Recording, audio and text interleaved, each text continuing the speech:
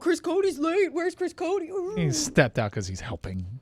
Stop. I was helping He's filling up water. get caffeine so the show would be not better. late. He also wasn't given 25 minutes to get water. He's just trying to. He'd He's still just be trying late to even keep if the he show was. moving. Late.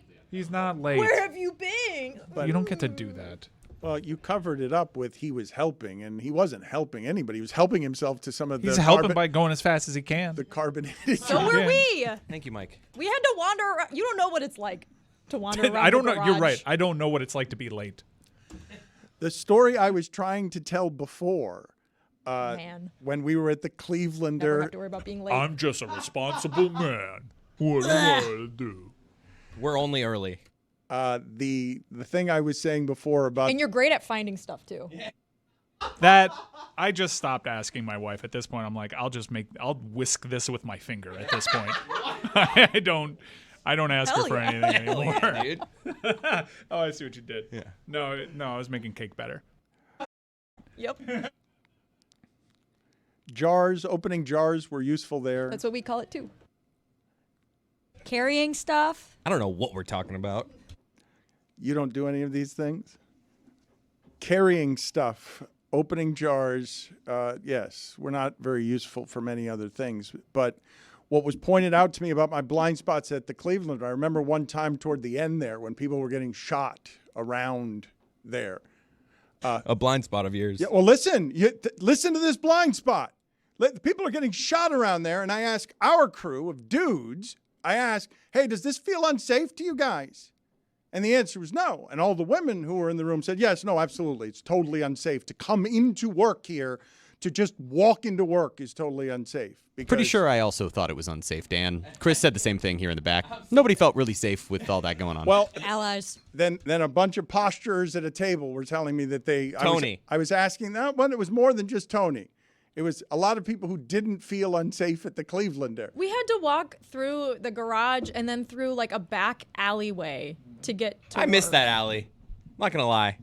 There was just It something smelled about it. Terrible. Oh, it was like where all the garbage. There would be like wet garbage water in the crevice of the path that went How did through you the choose alley. to work there not knowing, like it looked like something different on television. You didn't think you were going to be coming through a urine-soaked garage through an alley. This all seemed so different on television, Dan. I mean, you came from New York. That's everywhere there. Yeah, our piss alleyways are just the sidewalk. You get used to it. You don't expect it in Miami. What happened with Caitlin Clark last night? What didn't happen with Caitlin Clark? She broke the NCAA record for fastest women's basketball player to 3,000 points. She did it in, I believe, 100 games, 110 games. This was against Iowa State. It was at Iowa State. Hilton's a very tough place to play. It's sold out, as do most of the games that the Iowa women's basketball team is on the road. She's just got this like marvelous effect to her. I believe she's the only player in history with over 3,000 points, 750 assists. There's a whole bunch of stats that I feel like they're making up new stats for her every day because she's breaking records left and right. And honestly, not her best game. Not her best game. Wait, didn't they score like 65, but she had 37 of them? She does that all the time. She Is does that all the time. Is she projected to be a great in the WNBA? Yeah, so she's the projected #1 overall pick. I'm really hopeful that the NIL money is good enough that she stays another year at Iowa, which she can. That would be the best thing that's ever happened to me. But she's said she's playing this last season as if it were her last. But that doesn't sound like an official yes to me. Well, let me ask you this, right? Because Becky Hammond she just said to me, like, why does everyone assume I want to coach in the NBA? Like, why are you making that assumption? If the NIL money is going to change, and if women now in sports are realizing, wait a minute, holy shit, this is an economy, and we got a bigger number than the World Series. This is a star on par with all the other stars who happens to, we talk a lot about Caleb Williams. What about this one, though? Can NIL and Iowa say to Caitlin Clark, you know how much we value you? No. You'll make a lot more here as the economy for this giant thing, a lot more. You will make not a little more, a lot more than you will in the NBA. Why couldn't that be something? In the W. No, that is a thing. Angel Reese has already come out and said that she's like, I'm not in any rush to get to the W. I'm making more money in college, and it's not a very high bar to reach. I don't think it's unfathomable at all that Iowa's NIL could make up that WNBA salary. I mean, even if you watched the game last night, when it wasn't on Caitlin, it was on the State Farm commercials with Caitlin in it. Like, she's making so much money, and I'm so happy for her, and she deserves every single penny. I do think that this argument, though, happens and people forget that, like, a lot of the big stars in the WNBA also have huge endorsement deals, whether it's with Nike or other huge brands. So it's not like you can't make NIL deals once you're out of college. I see, like, college players' NIL deals get compared to WNBA salaries, which are lower than you would hope for that league, but something that I think will probably change after their next television deal. But the stars playing in the WNBA still are making endorsement deals and still are doing commercials. I think there is a legitimate argument to be made about, like, the economy around promoting women's college basketball versus the WNBA. And I think in the last, like, year or so, women's college basketball has gotten more of, like, a excitement around it and, like, more eyeballs on it. Not saying the W hasn't, but I think, like, the WNBA could improve there. So it's not like you can make a one-for-one comparison. Like, there are WNBA stars. We don't know how much money they're making, but they're making a lot of money doing commercials for things. I picked up on women's college basketball fairly recently, and I am not at all interested in making the jump to the WNBA. I don't know if that's because I don't have a local team, but I just favor the college game right now as I make room and bandwidth to experience all these things. I quite enjoy women's college basketball, and to me it feels like a much bigger deal, and I don't know why the marketing is so much better as I feel as just a casual observer on these things. It feels... Well, the energy is crazy. The energy is great crazy. around... I guess the WNBA that I've seen, and I've seen some good crowds and some good stories, but every time that I have given the WNBA a chance, the environments seem a little antiseptic, and with women's college basketball, when I've watched, it seems like a really interesting crowd that's super into the game, and it's just more of a fun watch for me.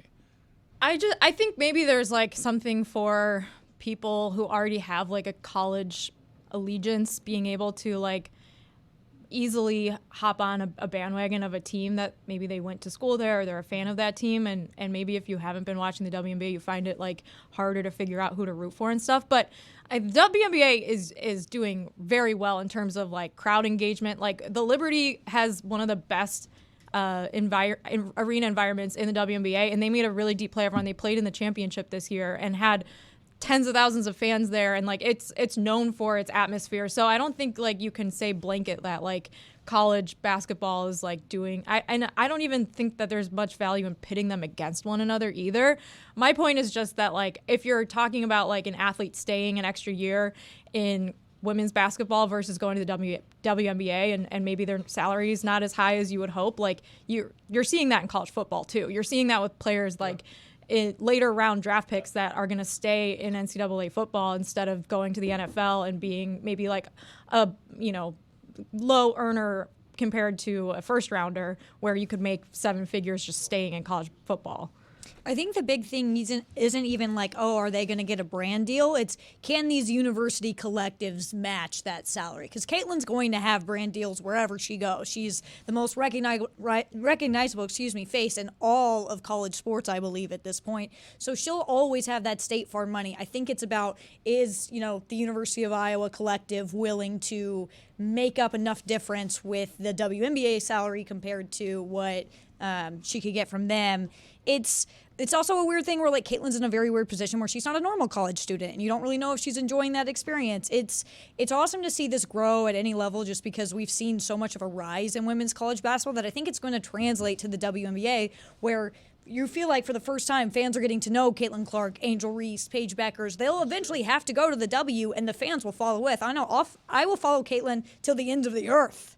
I think it is the branding, because I've also noticed that I don't really follow the NWSL, but I do follow the Super League abroad. And what those clubs have that the NWSL doesn't is they're part of these clubs that have had men's teams, in some cases, for over 100 years. I watch Chelsea Women's Club because I'm a fan of Chelsea, and I lean into that branding. And when you watch the Champions League, you see Real Madrid, who just bought another club and just provided they had the infrastructure. They didn't have to build it. They could just microwave a women's team. So I do think the branding with women's college basketball versus the WNBA is an important factor. A lot of people bring us documentaries at Meadowlark, whether it's Martina Navratilova or Diana Taurasi, or the things that have to happen or had to happen through the 70s when when you didn't have any women doing any of this. Does Caitlin Clark understand the size of the power she presently has and leverage, given that we're headed to the TV contracts and given that everyone realizes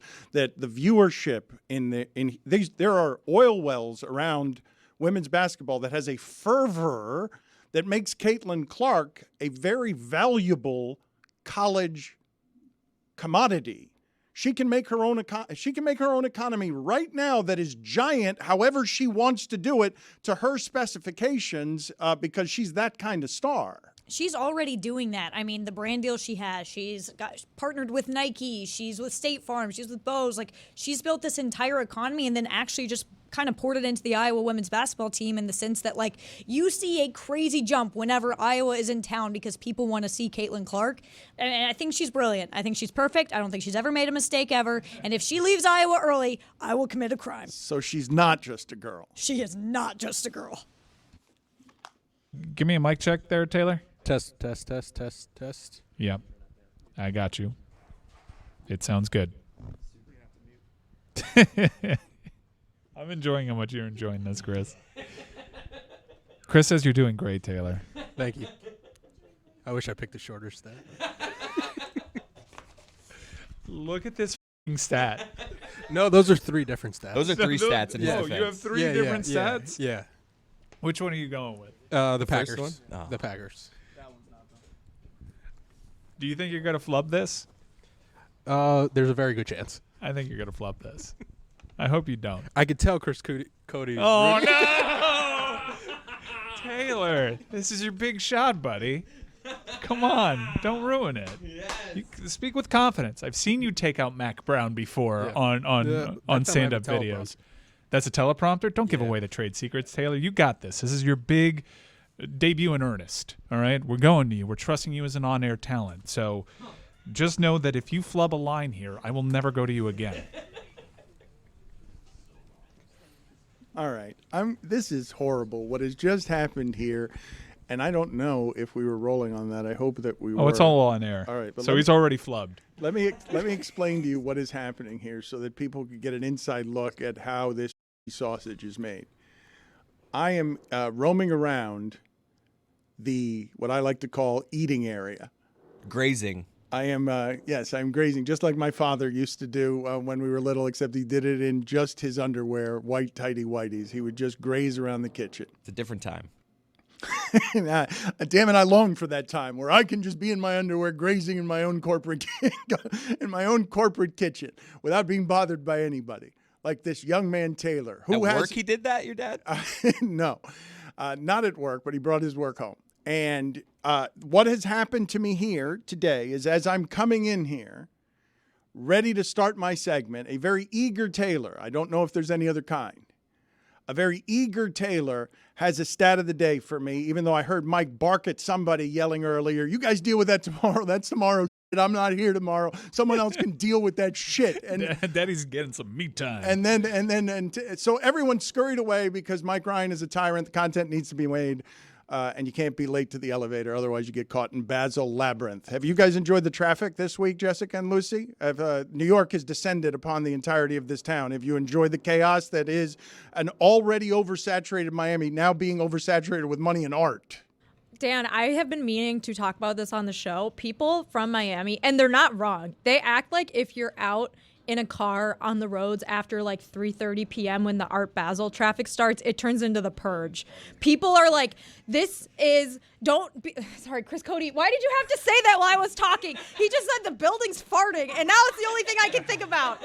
Maybe they're trying to make the building look nice for Art Basel, but there is a lot of construction. But people going are on like, right now. what are you doing this weekend? You got to be back by 4 o'clock or else you're going to get stuck in the Art Basel. I went to lunch the other day in the design district. That was a mistake. Oh my God. There were the line at Pura Vida out the effing door around the block, and all people in like designer hypebeast clothes. It was ridiculous. Can you guys explain I just me? want a smoothie. Is Pura Vida, is that that is also in New York, or is that just where is that? Because everyone who comes to town can't believe how fresh that food is, and I don't understand why other people aren't also making fresh food. Like, how is everything else? Like, the reason that line is that long is because there's so many of them popping up all over Miami. Fresh food is definitely unique to Miami, Dan.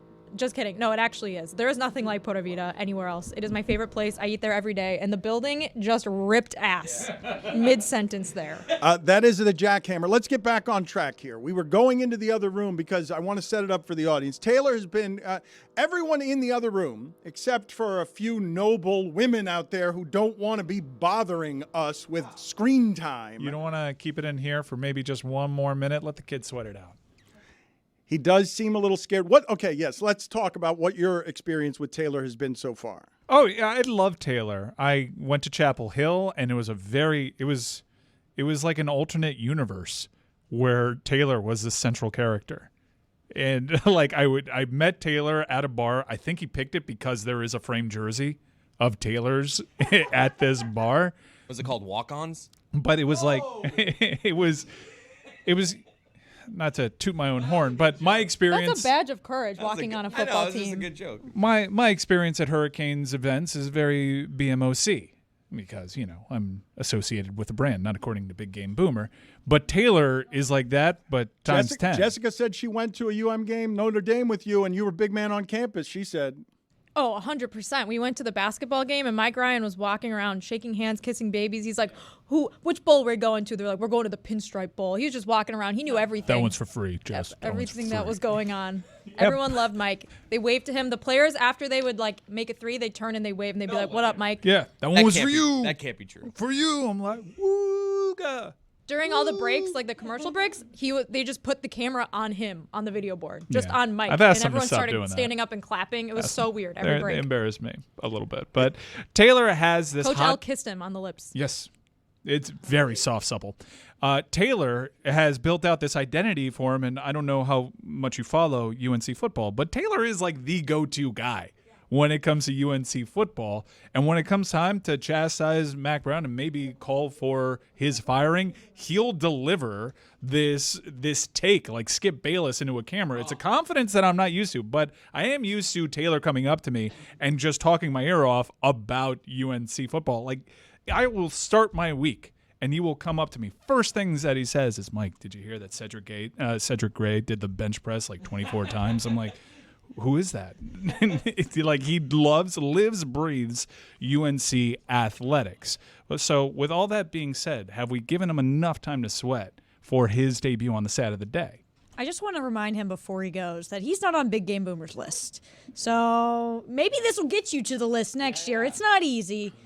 It's very prestigious. We'll see if Taylor can do it. It's also pretty pathetic to, hijack segments and put your own team in them like that. It's really lame, and I just don't think it's right. I like this idea of like we're kind of doing the double dutch thing with jump rope where he's out there waiting to get in, but we haven't really thrown it to him yet. So he's just got this awkward feeling of like, am I supposed to talk now? No, he's got Are they it. gonna No, throw it to me? okay. So here, let me. I'm going to give the pressure. We're going to go to you in a second. Since the pressure isn't quite high enough yet on this, I'd like to escalate it even more because what I'd now like to do is punctuate the segment with Taylor coming in here and sitting in my seat and giving either his choice of stat of the day or the Mac Brown take that allows him to cut past Lucy to the front of the line on this list because he's giving the take that goes all over the place because he's the man in North Carolina and Mac Brown needs to know what's what. Taylor, what's your preference? Would you like to deliver stat of the day, or would you prefer to take out Mac Brown? Stat of the day. You would prefer? Okay, let's have him take out Mac Brown instead. Okay, but how about in my seat? How about? I did He just needs to wire I that think for out what there. he really needs is a few paragraphs of just regular talk before we make him like do the stat. Maybe we have him just talk about the linebacker depth at UNC for Not a good that 20 good. seconds. It's not that good. Okay, there you go. Nobody behind Cedric Gray and Power Eccles. Taylor has been coming in dressed casually because this is a relaxed environment, and he wasn't expecting to be on camera this long. And now he's looking like he is. Get his camera ready, though. Ready? He's a handsome okay, man. yes. So, Taylor, are you ready? This is your big debut. What are you, Italian? I don't understand. Stat of the day. Little Jason Kidd effect. Great hairline. You seem a little. Are you okay? Is everything okay? Because there's a lot of there's presently a lot of Turn less red. You know what I mean, Jess. Everybody does. there is presently a lot of pressure being put on you. As long as he's not Sicilian. Do you have the stat of Are the you day? Sicilian? Oh, God. The stat of the day song ready. Do you have it ready? I do. Are you going to do one stat or three, Taylor? You should do 3, Taylor. I'll do 3. Okay. This is like a bullpen out here. I'm always ready to give you one inning. Good All right. sentence. I'm gonna play the. Way to go, Taylor. I'm gonna play the set of the day open in 5, 4, 3, 2, 1 and a half. Start of the day, start of the day. It is your start of the day. Start of the day, start of the day. It is your start of the day. Start of the day, start of the day. It is your start of the day. Start of the day, start of the day. It is your start of the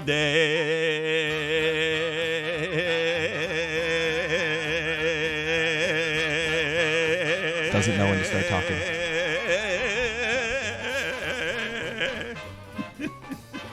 The Green Bay Packers. Stat of the day is brought to you by Venmo. Your money, your move. I feel like a kicker frozen with a Come timeout. on. What do you mean frozen? You just left the field the way the Titans punter did. What do you stepped on the sponsor? It's like Rule 101. That's not where you start. And you wait for my dad's laugh. Have some respect. The Green Bay Packers are 16-0 under Matt LaFleur in December. They haven't lost a game in December since 2018 against Mitch Trubisky and the Chicago Bears. Jessica gave you a wow. Wow. Well delivered stat, Taylor. Make him give another one. All right, give another What a one. pro. He moving on my rate. He just passed Vodka Don or whatever that guy's name was. This one's for Lucy. Iowa's Tory Taylor is just 19 yards away from breaking Johnny Pingle's single season. Johnny I got Pringle. cocky. Johnny He did. He Pringle. shouted out Lucy before it, like, hey, this one's for you. Got too cocky. All right. You wanna We do- were all rooting for you. Yeah. All right, let's try it again. You want to start from I the should have beginning? picked a shorter stat. Iowa's Tory Taylor is just 19 yards away from breaking Johnny Pingle's single-season punting yards record of 4,138. Play to the cam, kid. Play to the cam. I see where he tripped up. Pingle single. That's Pingle tough. single, yeah. No pressure, but there's only 45 seconds left. Yes. And how long has that record stood? 1938. Cam, kid. Hard cam. Less us.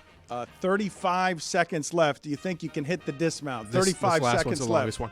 Against the Celtics, Tyrese Halliburton recorded a 26, 10, and 13 triple-double.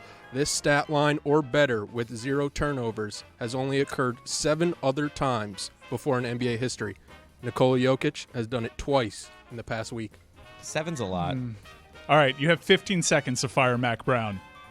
I think his time has passed. We've reached a peak. Like on Earth or? No, as a coach. As a coach. Good job, Yeah. A first take. Ladies and gentlemen, a legitimate first take. I will ask for the audience's patience again and again on when it is that I get to yammering. I know that I can be manic lately, and there are a lot of things bouncing around in my head that alter my focus and make me talk too much. But I want you guys to tell me how I should feel about what I believe to be a changing intersection at quarterback, coaching, generational differences between football coaches and players, and generational differences between athletes and media. When Draymond Green says new media, it's not just athletes grabbing at the platform. They want their perspective heard. Derek Jeter tried in starting the Players Tribune. Those people now work for our company. Some of the people that created the Players Tribune, they were trying to get the athlete's viewpoint out there in a newspaper or internet type of...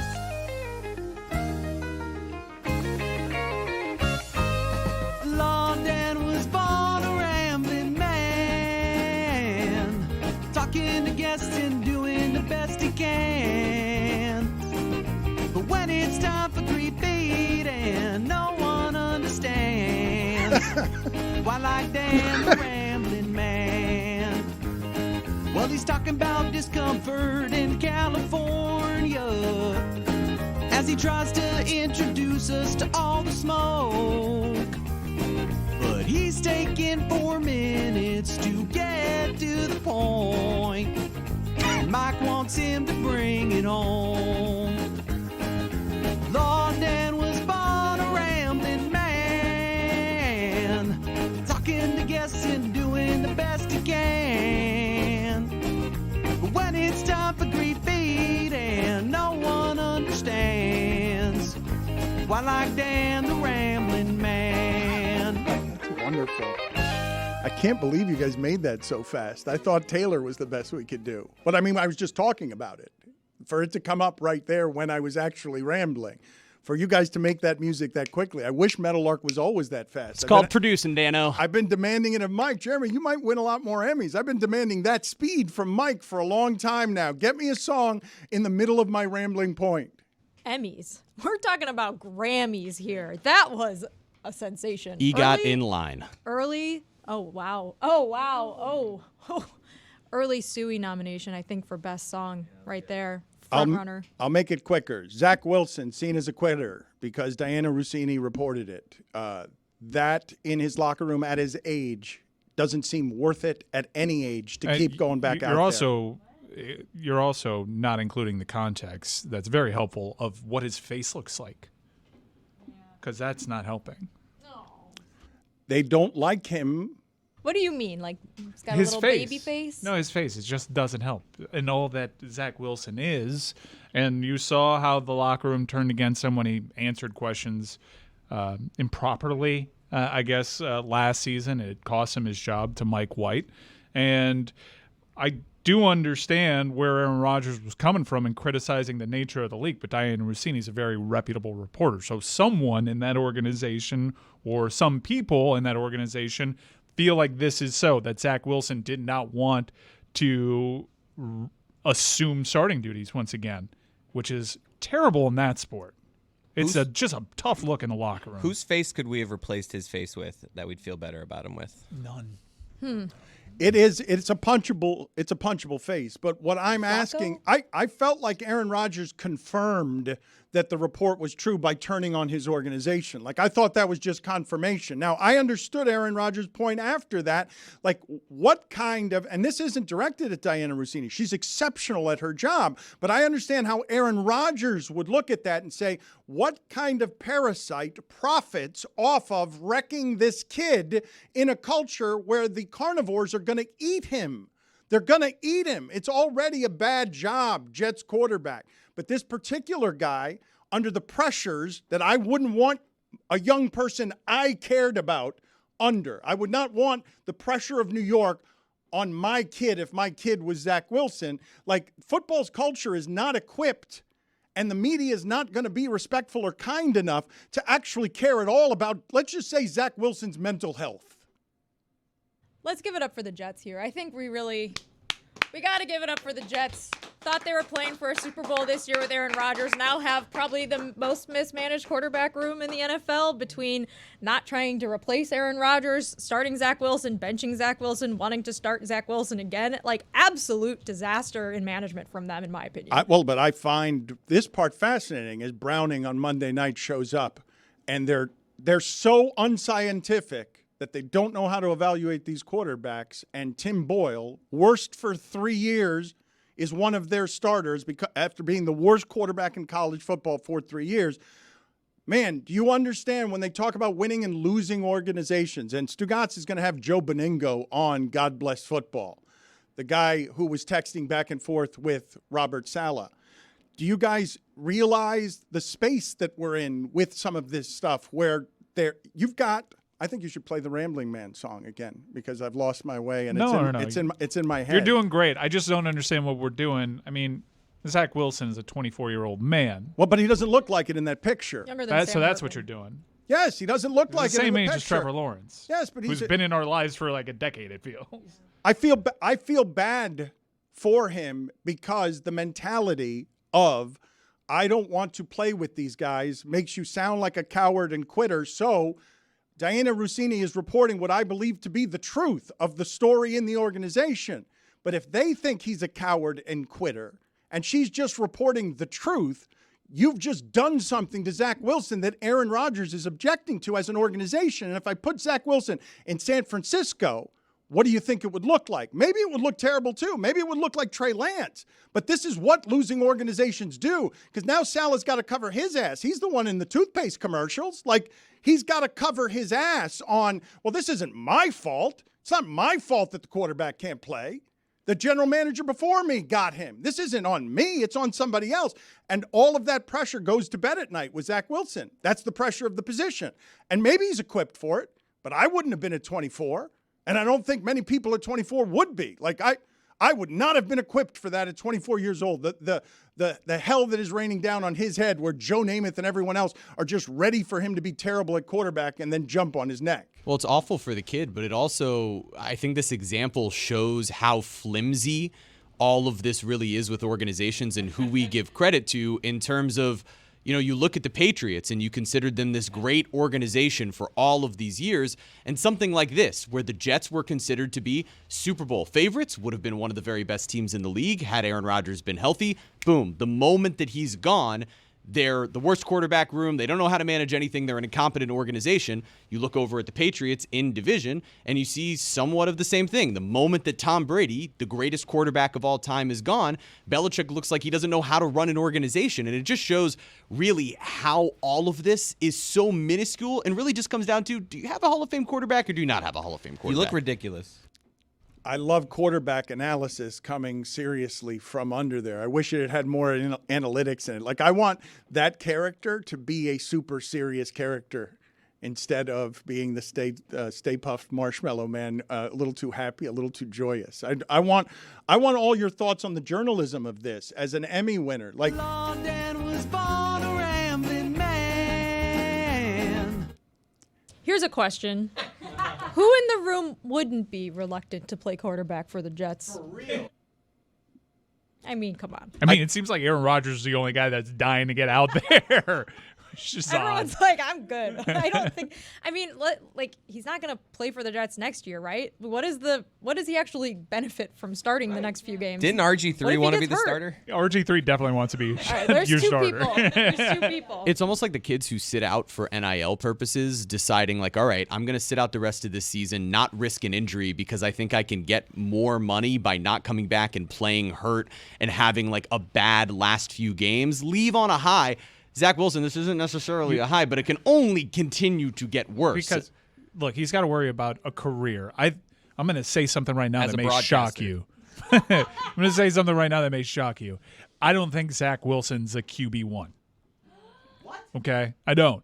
But there is a nice little career for QB2s in this league. He was not supposed to be QB1 this year. He was QB2. Well, That's I think why they kept him well, to be the backup. What a QB2 needs to do is be ready at a moment's notice. And if you have a guy that you are considering as your QB2 when he hits the open market, this is data. That's an important data point. A guy that doesn't want to go out there on the field, reportedly. He did say it was absolutely not true. Worth noting. I feel like he's got XFL written all over him. It's no longer the X. We can talk about it another day. Can I just examine for a second? Wait, what happened to the XFL? It looks like it's you. It's just terrible branding play. The UFL already failed, and the XFL has been a massive success each of the 3 times it's tried to Good, be we can one. get rid of that godforsaken photo of me now. Now it's the XFL. She's right. Former. I mean, if you want to talk about it, I'm very excited about the merger and the fact that several XFL teams are no longer going to exist, and they just hit pause on it, but we actually get to see. You guys aren't interested. I wanted. Hakeem Butler just signed a letter of intent to go back to the Battlehawks. It's a big deal. I wanted to talk about how the Jets have ruined Zach Wilson and how organizationally you have to reach in and support someone at that position of this age. They supported him plenty. Mike. How many games did Rob Saleh have to answer the question, he's our starter, he actually played kind of well? How many times did he lie through his teeth? Like 5 different times? At least. I'm not saying he's good at football. We have no evidence that he's good at football. But what I'm saying is to be bad at football is to be chewed up by that culture of football and the reporting around it in a way that would fall on anybody's head and make it very hard to overcome when you're playing poorly. They've ruined Zach Wilson. Now you can come out, you can say, I never thought he was QB1. Fair enough. No, I mean, he had potential. Like, it's not like Tim Boyle. We've seen Zach Wilson be good at football before. I'll push back at that notion. He was good at football. Well, he was pretty good in that Chiefs game. A lot of people would have drafted him because he had the quarterback talents. And what I'm saying He went is number 2 overall. everything that's happened since then has not lived in support of that. Once you start losing and everyone goes for ass covering, once you start losing and you have an organization that has failed for 40 years, the culture of it ends up... Dan was born a rambling man, talking to guests and doing the best he can. But when it's time for creeping